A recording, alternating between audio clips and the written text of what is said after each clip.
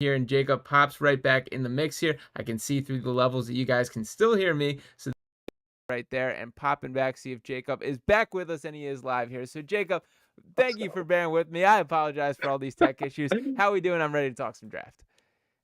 Oh, it's all good, Sean. I am excited. I've been counting down the days. I don't know what to do. I'm just trying to kill time just because I'm so excited and I just can't wait to see what they do. How about yourself?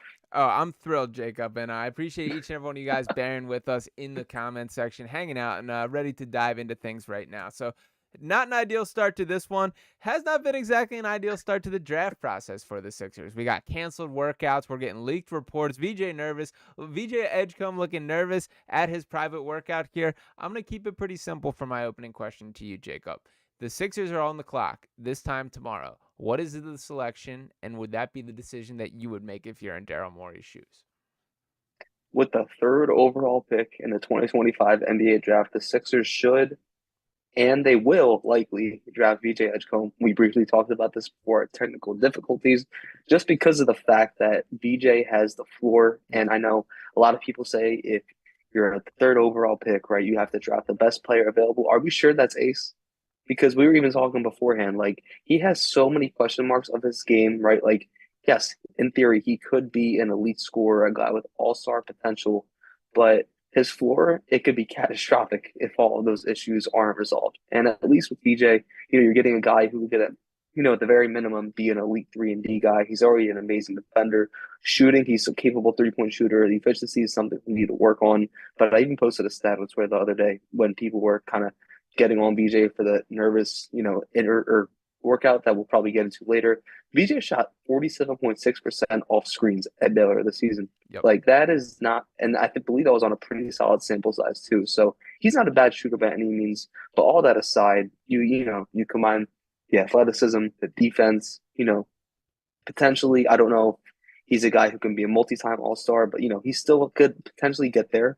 And obviously, it's an interesting situation with VJ, Trey, Ace, all these guys. But when you really look at what this team needs now in the short and long term, VJ Edgecombe kind of fits that bill. And I think he could also, maybe we can discuss this further if they pick him, he could possibly play the three. Like, I think believe barefoot, he's 6'4". So what is that, 6'5" and a half ish About with that. shoes on? So yeah, I think, yep, VJ is the guy.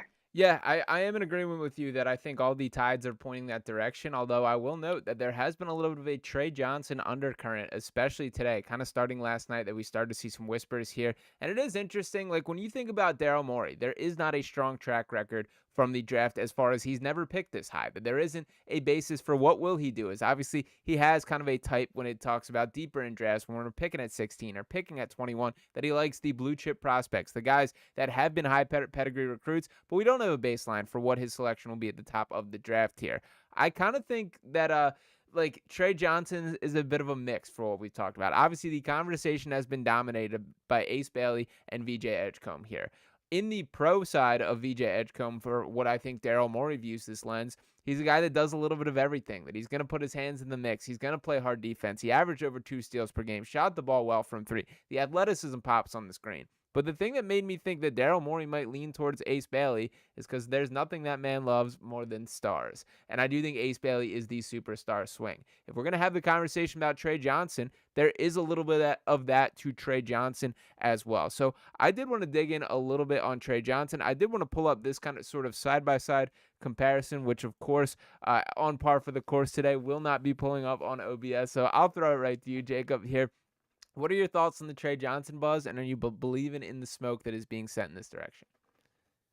It's a really interesting conversation because I think the smoke, it's more so potentially an indicator that they can trade down. But I think I've said this multiple times on Twitter. I'm going to double down on it. I love Trey Johnson as an NBA prospect. I think with the 6'6", height, I believe 6'6" with shoes on, my fault. I think there's really potential there. He has the physical tools to be an amazing prospect. But when you look at the Sixers roster, especially with Maxey and McCain, Trey Johnson, I don't see how he can be maximized here because you talk about a person who's more of a movement shooter, which is exactly what McCain is as well in a vacuum. And, you talk about Maxey, the shot creation, like Trey Johnson kind of has those similar types of things. And he's also not a good defender. Yeah. So, yes, while he, in terms of height, could potentially play some small ball three. When you have three guards who aren't great defenders, it's not going to work out, and that's what kind of the VJ argument pops back up again because at least he's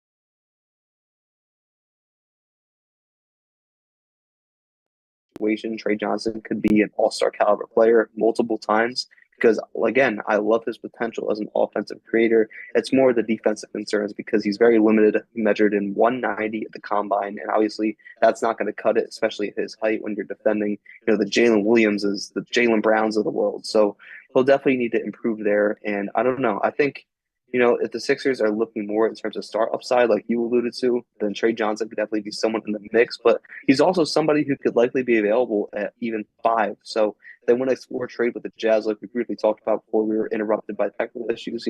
That's definitely an option.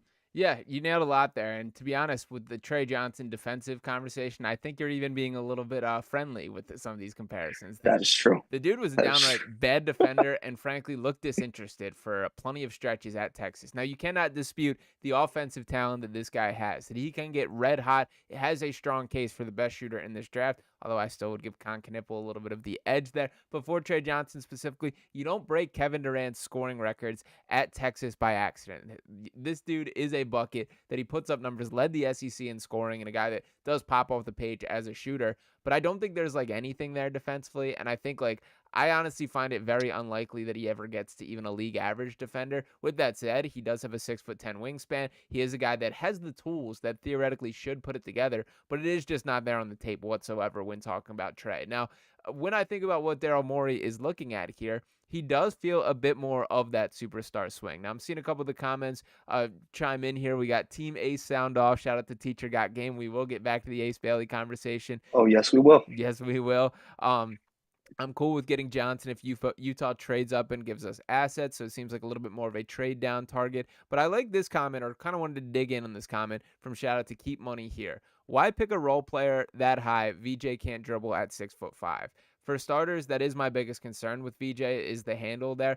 I don't think he's a role player, though, and I think he's been thrown to that category a little much. I've seen the Bohemian Alex Caruso as a comparison for him. He's more than that, but give me your thoughts on why VJ Edgecombe is more than a role player, or do you think that is a label that does sort of apply?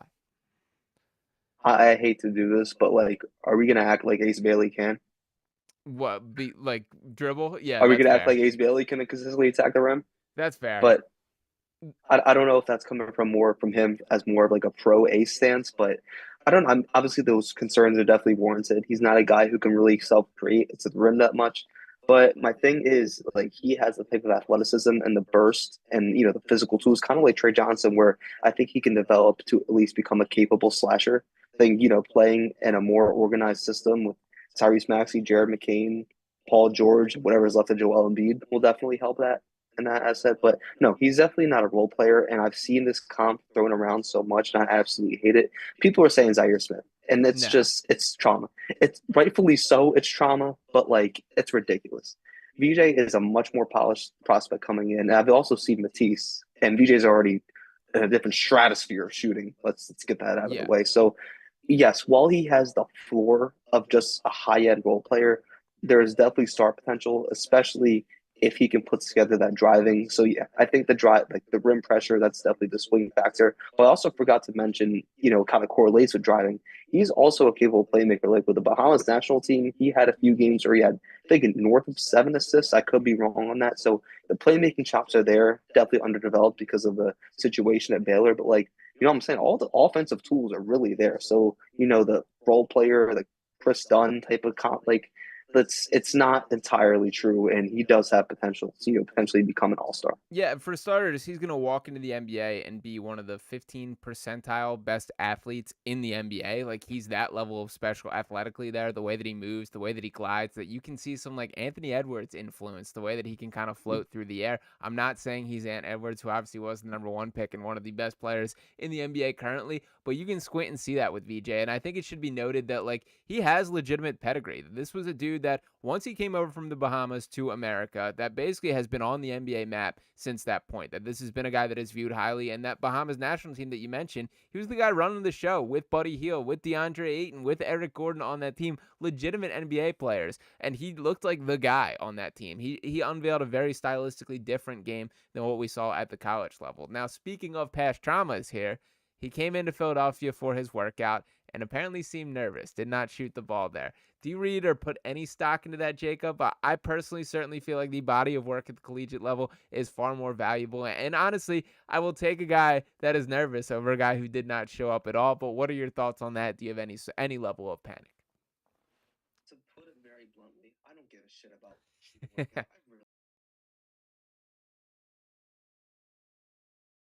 Barely looked at the shooting numbers because even the best of shooters is one of the best shooters in this draft, but even the best of shooters have an off day here and there. Yeah. Right. Like I'm putting stock in the, like I said, 47.6% from three off screens, showcasing the movement shooting ability. I think he's shooting near 35% this season at Baylor, just off 3-point attempts alone. I think that's 3.8, 4.8 attempts, something along the lines of that.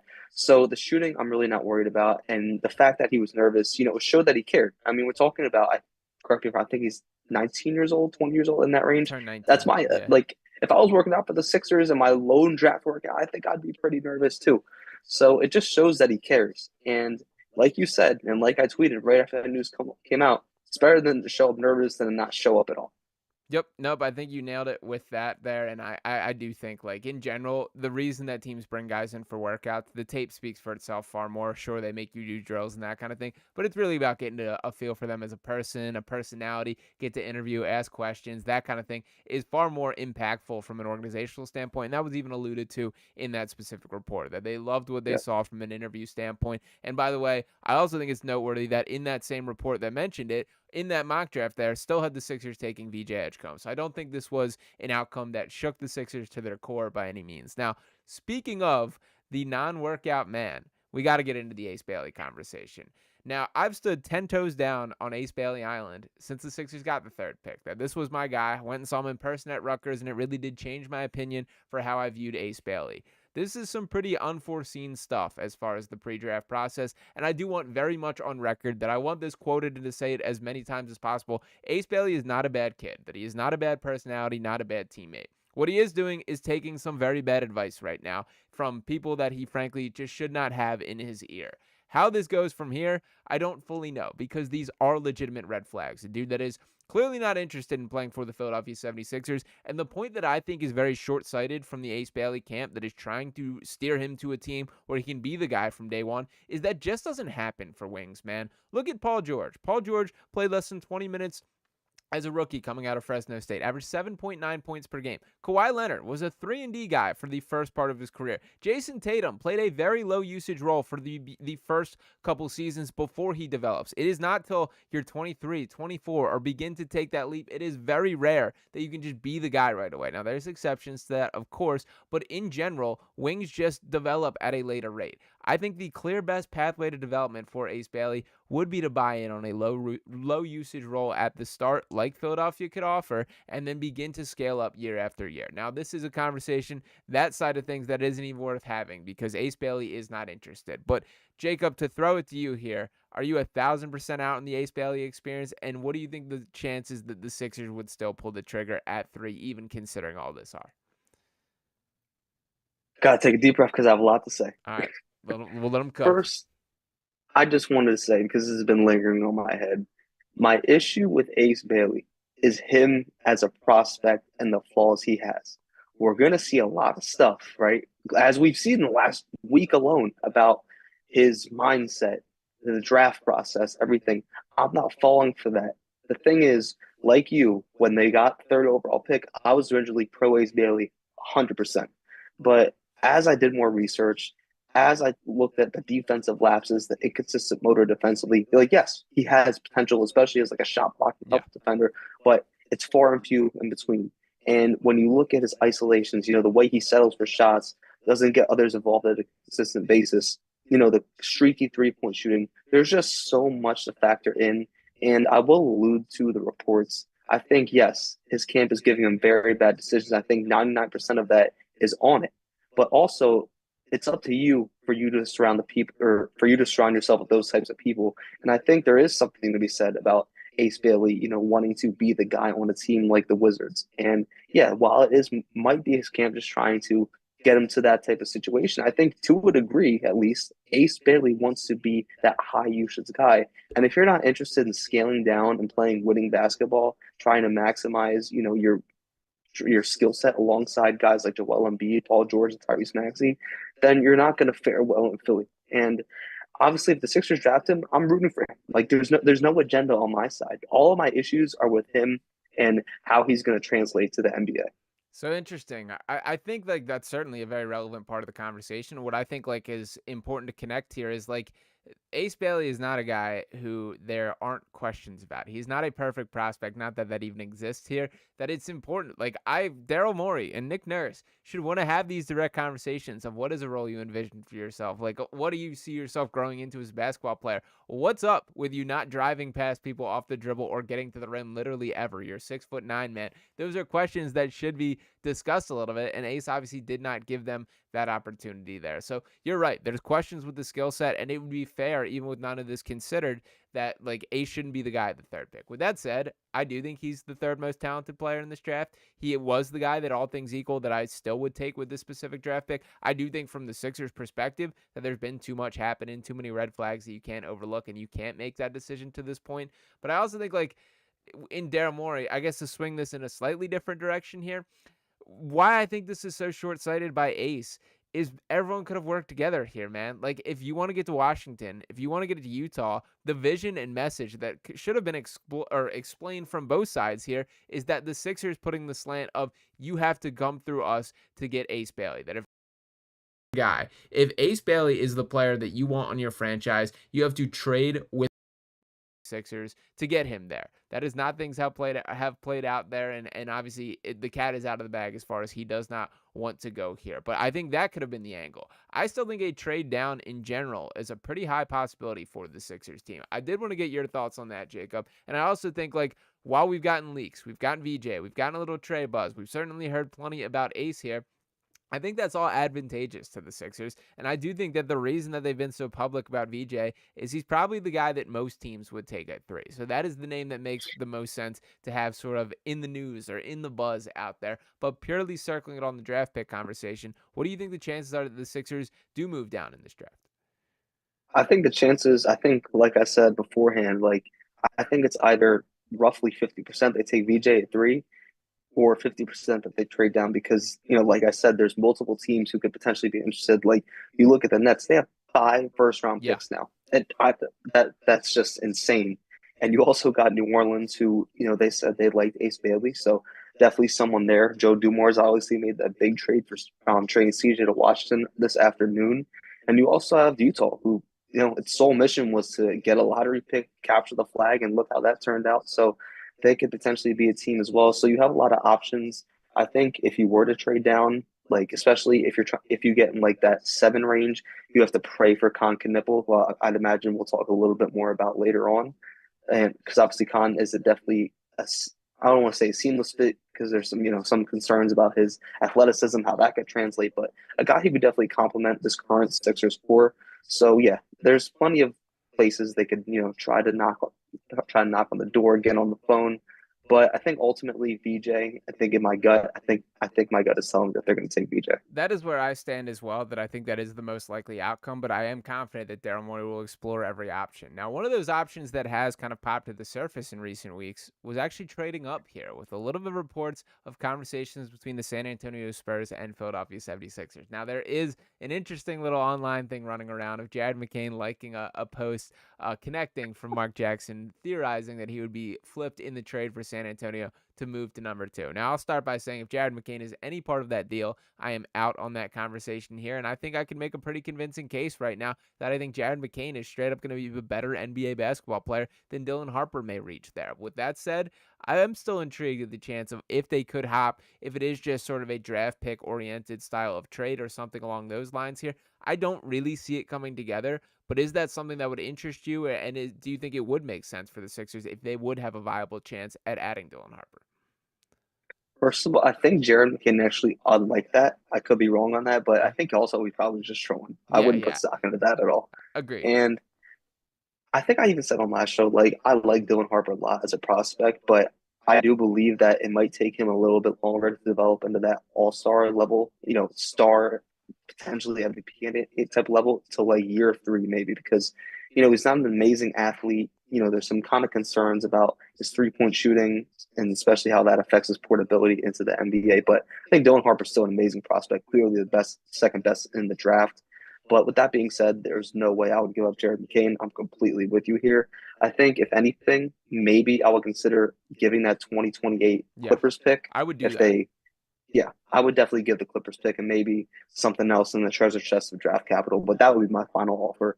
Other than that, I'm content with 3 or potentially trading down.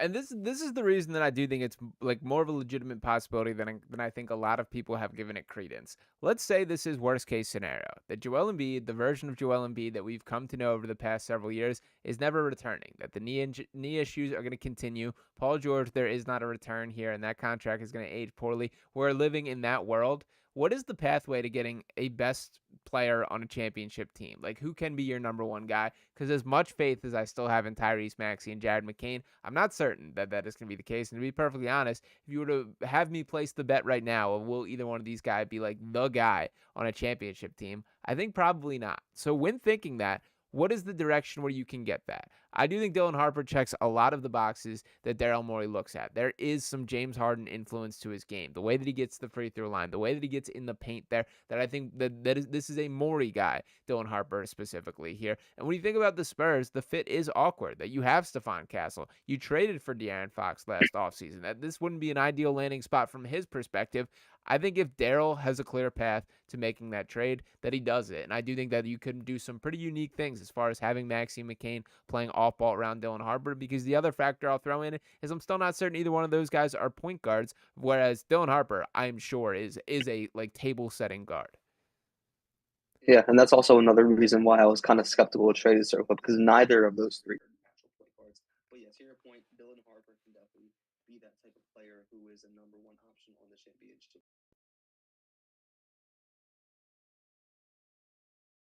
Alexandra, but a similar impact in terms of how they dictate the offense and how they can create advantages for people around them. But when you kind of think about the Sixers' future, I think in a world where they kind of stay at 3, like you made a great point that I don't think a lot of people are talking about. Like at this point, obviously McCain only played 23 games, but like Maxey and McCain, I don't think that's a 1A championship level type of option. And when I think about this roster post Embiid, I'm just seeing a lot of fun playoff years where they have some fun, athletic, bouncy guys, a couple of fun 47 and 35 win seasons until ultimately we go into another version of the process. It's almost like a repeat of the early 2010s. So is right now your chance to avoid that then? And I think part of that is the case for Ace, or the case to make an upside swing. And I throw that in there. I'm out on the Ace Bailey experience because of all the off court stuff in that conversation. But I do think like when all these factors were first brought to the table, that's how I viewed it. As I did see a world where you could talk about Maxey McCain and Ace Bailey being your trio of the future. And by the way, to circle back to VJ Edgecombe, who we both believe is the most likely selection, Quentin Grimes, man, I think should probably be the guy looking over his shoulder from a long-term perspective. This is a lot of guards, that there's a lot of similarities between Edgecombe and Grimes, and I do wonder if there's a little bit of exploration of could there be a sign-and-trade conversation to a team, maybe the Houston Rockets, that are in need of a little bit of a guard and have a ton of wings that they don't use, or a team potentially like that. Do you see a world where they just have all these guards for now and figure it out on the fly, or do you think Grimes should be a little bit nervous about his future outlook with the Sixers? I think the most likely thing is they take VJ and resign Grimes because Morey loves his flexibility, as we even saw at the beginning of last season with the KJ balloon contract and all the picks. And I think if there's a case where VJ really is breaking out, being a rookie of the year level candidate, then Quentin Grimes is probably what it's going to sign for 22 million ish, maybe a little tiny bit over, tiny bit under, and it's a very tradable concept contract. You could still definitely, whether like you said, the Houston Rockets, you can get great value for him. Like there's not a lot of high level 3-and-D guys like that floating around on trees, so this is definitely an option. But I think for now, especially when you consider, I think this point's been hammered home a lot, but when you consider the teams like the Pacers and Thunder, how their offense and even defense is dictated by having so many versatile guard depth that can, really respond in any type of situation. But with that being said, as I've said multiple times, you have to have that front court athleticism and defensive infrastructure, and that's why I think another thing that people are kind of overlooking is that's why Adem Bona potentially be such a pivotal player in the rotation because he gives you exactly that. He gives you the shot blocking, the outside defense, and the Sixers are going to definitely need more of that if they go the VJ route, just because of how crowded the front court is or the back court is. And I don't know how you get that because at 35, you can definitely try to get a more bouncy forward or even center, depending on who's available. But free agency, if they re-sign Grimes and God knows where Yabusele is going to do, they're going to be limited. So it's going to be interesting to see how the roster construction follows if VJ is the pick. And it is frustrating because a lot of that athletic front court, like the thing that you're describing, once again points me back to Ace Bailey here. And again, we're not doing it. I don't see where Daryl Morey takes the middle fingers thrown in his direction from this 18-year-old kid and says, yep, I'm still throwing him $11 million a year, $13 million a year, whatever the case may be. That I think Ace will be successful in his goal of avoiding Philadelphia. But like, I still think the best case scenario for the Sixers team would be to get a bought-in version of that kid. That unfortunately does not seem to be an option. But I did want to bring in this question: is there any selection that would be made that you straight up would not be okay with? And we'll keep this to like the fairly likely. Like if they say Con Knipple, would that make you mad? Trey Johnson, are you completely out on? VJ we mentioned, Ace we mentioned, even Common Maluak I'll throw in the mix here. Is there any decision that would be made that you would be completely 100% against? Touch on Trey. I don't think I'd be like I wouldn't be like jumping up and down, but I wouldn't be like I wouldn't hate it because especially if you take Trey, that kind of signifies that you're kind of just looking for the highest upside in terms of a star. So if you go for that best player available approach, I wouldn't hate it, wouldn't be thrilled. I think Khan or Kamal Malawich, I'd be kind of be pissed because those are players you could have easily gotten in a trade down. Yeah. And like the fact that you're picking them that high while, potentially ruining the chance of acquiring like a rotational player and more assets to the future, I think that would be a missed opportunity. But to even circle it back to Ace, like I'm sorry to backtrack, but like he's also costing himself millions of dollars by Yeah. potentially slotting down to 6 or 7. Yeah. And I just think it's just the way his management is dealing with this. It's just so jarring. And yes, to get your point, he would be perfect for what we're describing. A front court guy who can give a shot creation, potentially a defensive buy-in. But it's like I don't know if he wants that at this point. And even aside from that, like I said, I just don't know if he's that elite as a prospect in terms of the upside either. Yeah, I mean, it's clear to me that he doesn't want it. And another thing that I think is short-sighted, beyond just the development that I mentioned, it's incredibly rare these days that an NBA player ever plays their entire career in one spot here. So for Ace Bailey specifically, these teams that you were basically turning your nose up at,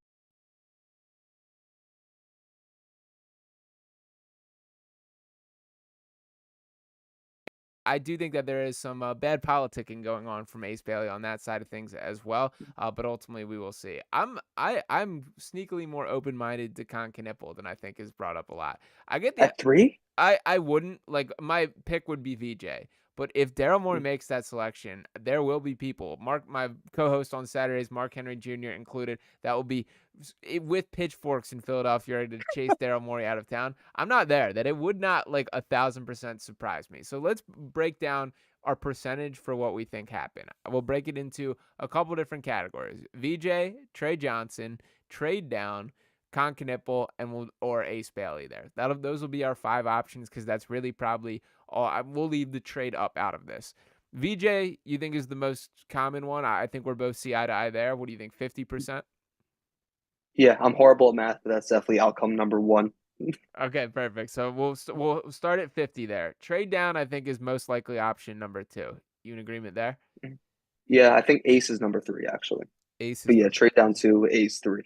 Okay, I like that. And shout out to Brian Pumper jumping in the chat with the super chat here. He says, "Hey fellas, can we run a versatile 4 guard lineup? I think with VJ's explosion, he can play some small ball 5. Interesting pick in 2025." I do like the Ooh, comment here. Do want to hear your thoughts on that? I do think the NBA has trended more to a guard-friendly sort of version. I mean, the Thunder are a clear example. The Pacers are a team that did not lean on a ton of size, although they certainly had the Obi Toppins, Miles Turner. You can go down the list here. But what are your thoughts on potentially like a super guard magnifying lineup that the Sixers could lean on? I like the idea. The only thing is, I don't think I would push VJ for the three. I think three at the three is even stretching it a tiny bit. So I think if anything, I like Justin Edwards at the four a lot Mm. in that type of situation. Like if you're talking about like VJ, Maxey, McCain slash Grimes, whoever, Justin Edwards and Bona, that is a nice defensive lineup that can give you a lot of versatility.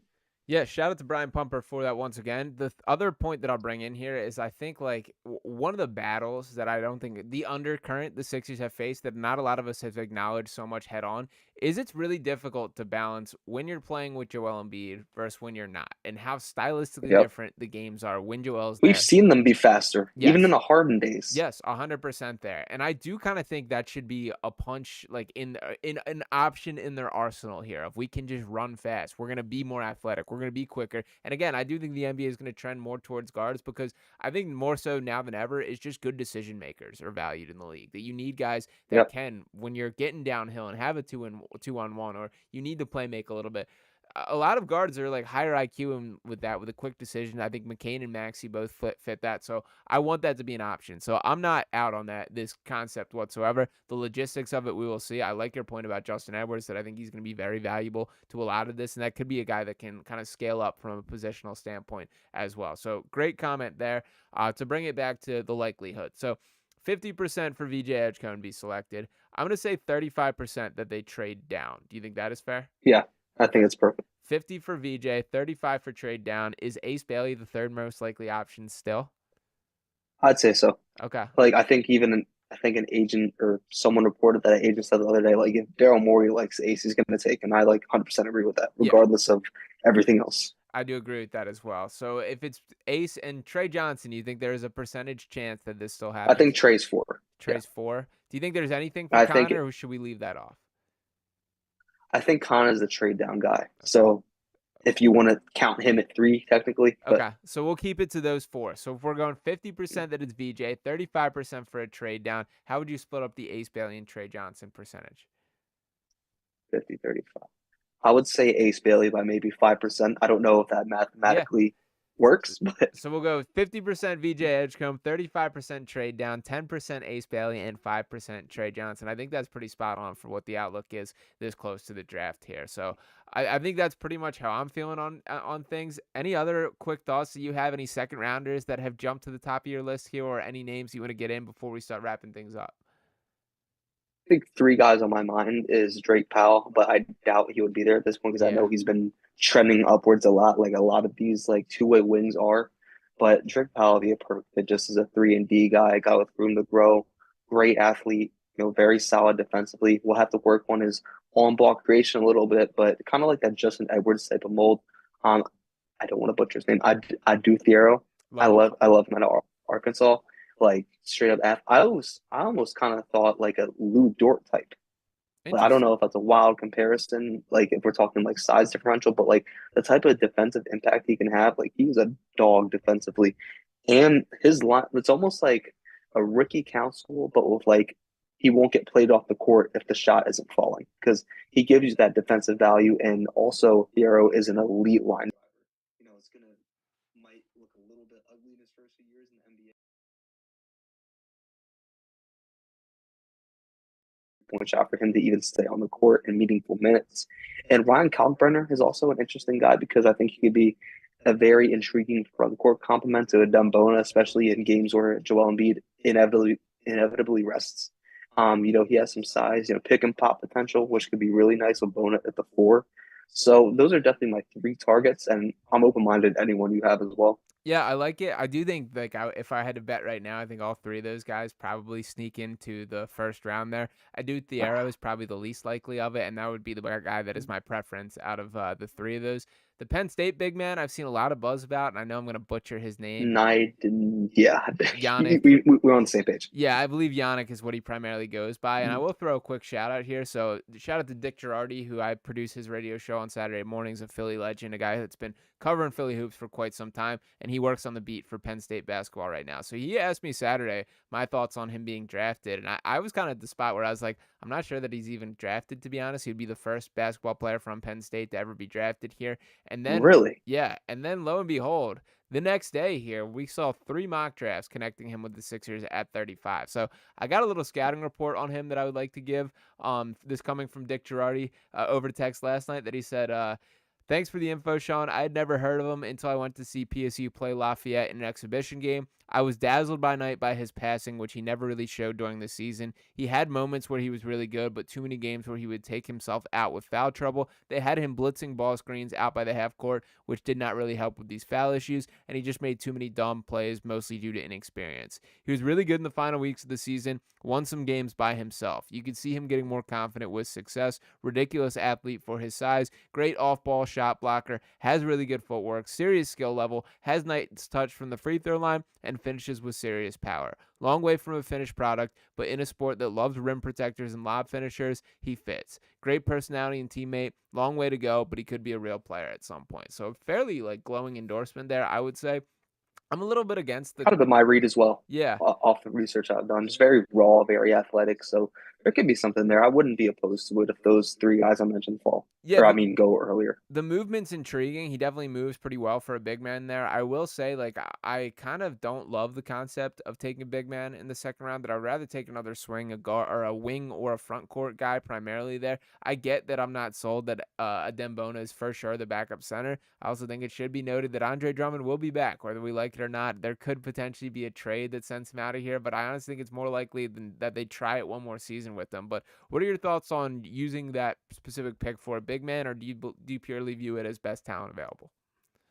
I think a little bit of both. I think the main thing is I want them to walk away with a front court player, whether that is a center, but I definitely want to prioritize a power forward at the very least because even entering the season with Caleb Moore, like they had no power forward depth outside of Yabusele. Like there's even right now, there's no true power forward on the roster. Yeah, If you're if you're thinking of unrestricted free agency already, so I definitely wanted a guy I wanted who was unfortunately going to Michigan is Yaxel Lindeborg. love him. He is like just a complete all around monster. I even got to see him when I was covering a Temple basketball game at the League Course Center, but just a great two-way guy who can make the right read and kind of do just a little bit of everything. And that's the exact type of player Morey loves at the second round. So it sucks he went back to Michigan. Yeah, and if you want an example for how the world has changed, that he got a $2.2 million promise to go to Michigan, which is more than he would have made going to the NBA from year one based on where he's being Crazy. projected. Just think about how insane that is, that he's making more money to stay in college and play basketball. But nonetheless, that is the world that we live in. The last question for you, Jacob. Seeing some love for Cam Johnson in the chat here. Theoretically, the Brooklyn Nets, with their 5 first-round picks, looking to get in the mix, maybe want a piece of the Ace Bailey action or VJ Edgecombe that they view as their guy. Is Cam Johnson a needle mover from your perspective for this Philadelphia 76ers team? I think he is. And the biggest thing is I don't know if it's realistic because in order to make salaries match, you have to have Oubre, Andre Drummond, and Eric Gordon, and they would have to willingly opt into that trade essentially. And I don't really know if they would, but that's the biggest thing there. But in a perfect world, they do. And I love Cam Johnson. I've loved him as a trade target ever since KJ was signed to that balloon deal. So he's a guy who can just, do it on both ends. Versatility gives you the 3-point shooting. Because even I think I mentioned this like in the show or two ago, like he was even, running some pick and rolls. Like the Nets were kind of just trying anything at the later half of their tank. And he's just kind of a guy who can kind of do it almost like Axel in a way. Yeah. But no, I think he'd be like the absolute perfect complement to Joel Embiid and like the exact type of four that Philly like should be looking for. Yeah, I do agree with that there. And I know I had an interview with Yossi Goslin a couple months ago who was really pretty confident that he thought the Sixers would make a play at Cam Johnson. A lot has changed since this point that I don't think it is as likely at that point in the game, but nonetheless would welcome it if the opportunity did present itself and there was a logistic path to it. So we will see how things unfold. Me and Jacob both signing on that we believe this time tomorrow VJ Edgecombe will be a member of the Philadelphia 76ers. Appreciate you guys. Exactly this time. Yeah, exactly. It might be literally exactly.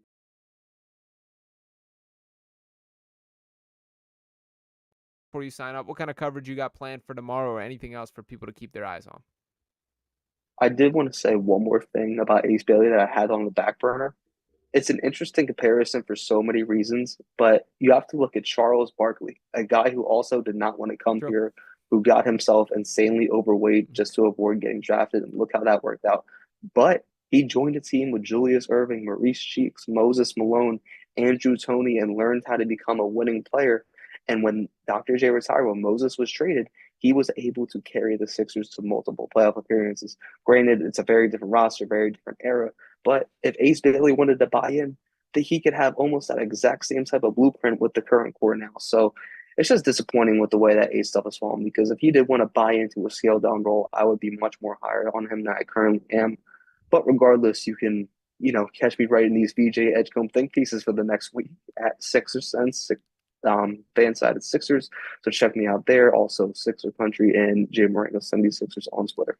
Yeah, I do wholeheartedly agree with your Ace Bailey point, but I just wish that was the version of the guy that we would be getting. But nonetheless, Yep. we will see what Daryl Morey decides. The draft starts at the Philadelphia 76ers, and it feels good for that to be the case. So we will see how things go down with that third pick. Appreciate you guys for hanging with us tonight on Sixers Digest. Apologies for the tech issues that we battled through. Thank you guys for bearing with us. We'll be all over the action on the channel, having live reactions when it goes down tomorrow. My guy Ryan Coyle will be cranking out a video immediately after the pick, and then once I get off the clock myself at midnight, check out my live grades blog that will be going out on DraftKings Network. So stay tuned for that. Appreciate you guys. Make sure you're hitting that subscribe button if you have not already. Drop a like on this video. I'll be back. Talk with you next time.